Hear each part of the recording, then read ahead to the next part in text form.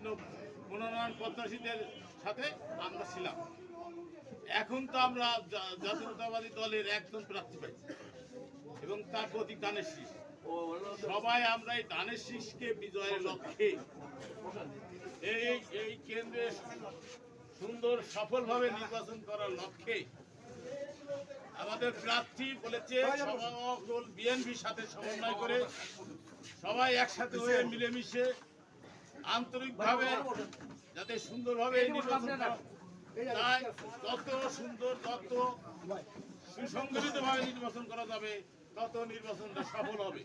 আমাদের প্রার্থী যদি ভালো হবে, আমাদের প্রার্থীর ভোট বাড়বে। আর আমাদের ভিতরে যদি এই কমিটি খেলার জন্য কিন্তু আমরা এখানে কমিটি গঠন করছি।